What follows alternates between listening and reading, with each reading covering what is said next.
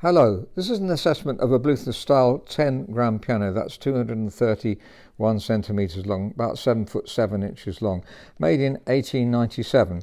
The client's bought the piano, wants us to assess it before it's moved to his house to see if there's any work that might improve it. So looking at the casework first, it's been finished off in a matte finish. By the way, that's not the original music stand, that's been replaced. This is the style of music stand found on most Bluthner grand pianos, nearly all of them of that age of piano. This is the latest style of music stand on almost all Bluthner grand pianos made in around 1910 and up to the Second World War. Actually, this piano is older, but it's been restored and it's been had this music stand put on it. So it's rosewood, very beautiful grain, and it's a matte finish, a sort of spray finish that's been done. And the edging here, pretty certain that that's not original, so that's been redone, and I've talked to my colleague about it as well, and the polisher hasn't yet had a look at it, but I've got a feeling that that is not what was originally on the piano. It looks as though it's got faked grain on it as well. Here's an 1898 grand piano, so 1 year later, and you see the edging there.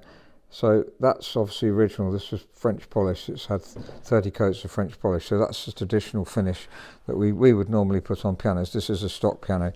So just looking at the edge round here, you can see it's rosewood and just integral with the rest of the piano, really. So it's quite pleasant what they've done here. Different shape, as you can see as well. Having said that, this black one we have has the shape of the one that we're assessing. The casework's generally in good condition. We will, if the client wants us to, we will try to improve it. There's a beautiful veneer on the top. Maybe just body it up a bit, make it look a bit brighter. And there's a damage here. You can see the veneer is damaged and it's cracked here. So I don't think we do that much about that. The polisher can have a look at it and see if we can improve it. It's lifting very slightly, but generally the case is in good condition.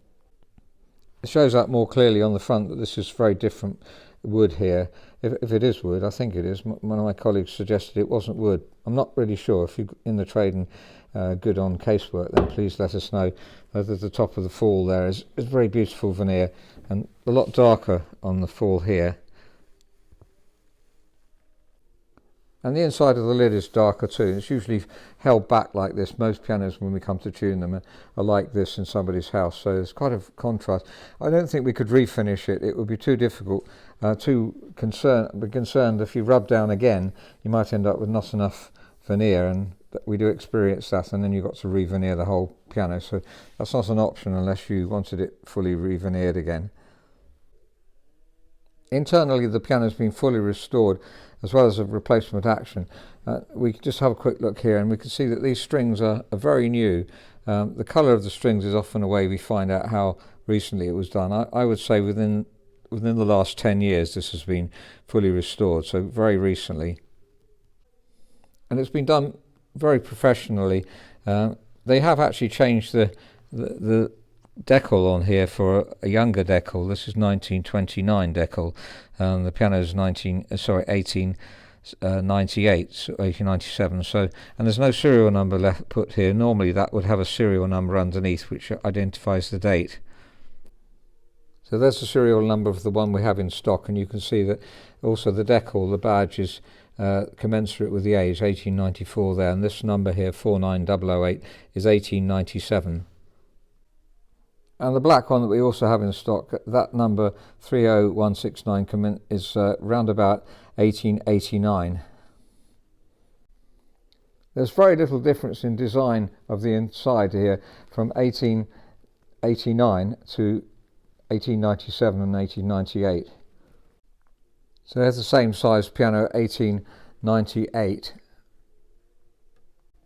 Those two pianos were 6 foot 3 inches long, so this one is 7 foot 7 inches long, so you've got, it's obviously different at the back, but if you see the front part here is very similar again. The piano we're assessing has got alicot scaling, which is something that Bluthner did, adding an extra string here to resonate with the others, so you can see this extra string going above, and if you pluck that one, Actually, it's easier to hear that one. So that's the same pitch. Here the pitch is different, but here the same pitch. And it just resonates, gives a bit more resonance, a bit more zing to the treble. The piano's had a brand new replacement action, so it's just like any modern piano. So you have the normal system here where you've got a lever, and it's totally different from what's there originally. So here's the original patent action, called Bluthner patent action, and we've got other videos of this, so I won't spend too long on this, but you see this is an L-shaped spring here, and the whole action is just totally different. So if it's going to be replaced, the whole action and the keyboard and everything needs replacing. A colleague of ours who has done replacements for us and did one recently had a look at this and said that he thought that it was generally well done. The way he put it was, it's better than his first attempts when he was first doing them. So it's a good job, and I'm quite convinced that it's well done as well. I asked him if he had any idea who did this, because it's not done that often. He used to work for Bluthner, so he did plenty of them for Bluthner. It's got Arbel hammers, so they're good, top quality German hammers. And it's really hardly had any use since it was done. You can't hardly see any marks of hammers on of the strings on the hammers there. There is some minor regulation to do. The let-offs and general regulation is well done, but the springs, some of them are a bit weak. So there's a spring. If we look at this spring here, if I let the hammer check by and then just take my finger off very gently, then you'll see it go up like that, and that one also goes up. But there are some, that's middle C, is not going up at all, it's going straight down. If it's too weak, it won't operate properly at all. So it's important to have them adjusted so that when you release the key, gently release your finger on the key, it should go up. You can try that on your own piano at home if you're watching this and wonder what your own piano is like. Sorry, that one was catching there we are. So they should go up, and that one there doesn't go up at all, and this one doesn't go up.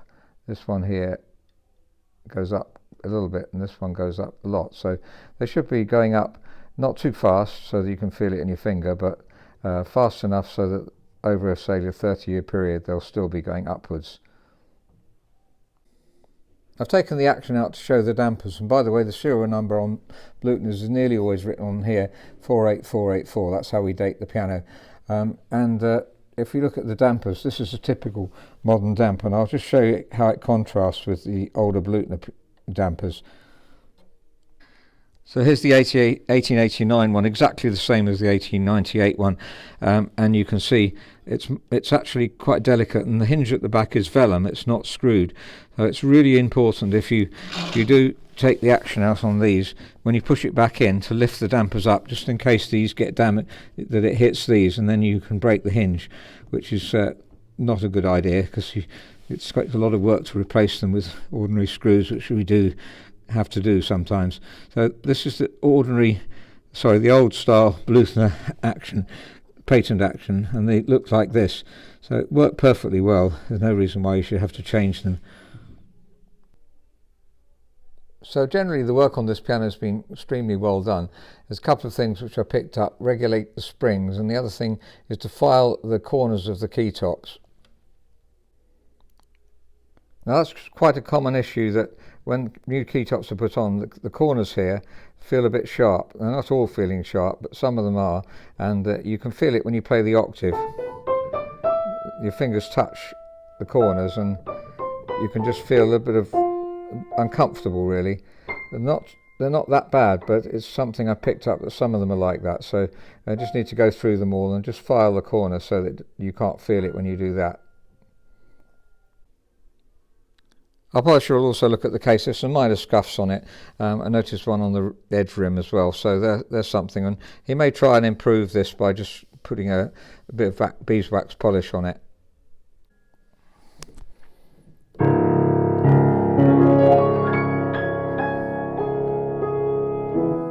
So that's the Bluthner style 10 grand piano, about 7'7" long, and very well restored indeed.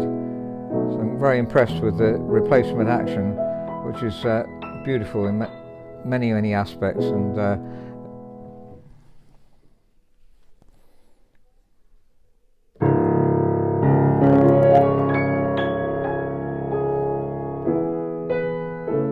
So that's the Bluthner style 10 grand piano, 7 foot 7 inches long, and well restored really. A matte finish on the case, so there's a few things I noticed that would definitely do if it was our stock piano.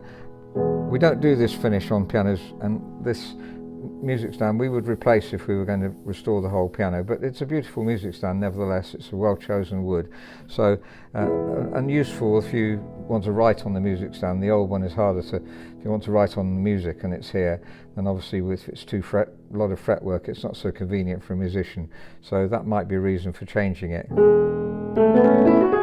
There's such a rich tone.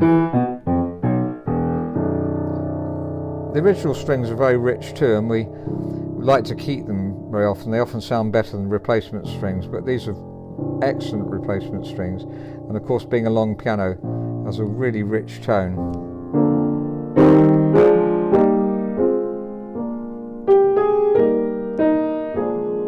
So thank you very much for listening. If you're interested in having a piano assessed, perhaps you just bought a piano like this client has and you'd like it assessed to see if there's any extra work that might improve it, then we're really happy to do so when we move it in transit. Thank you very much for listening.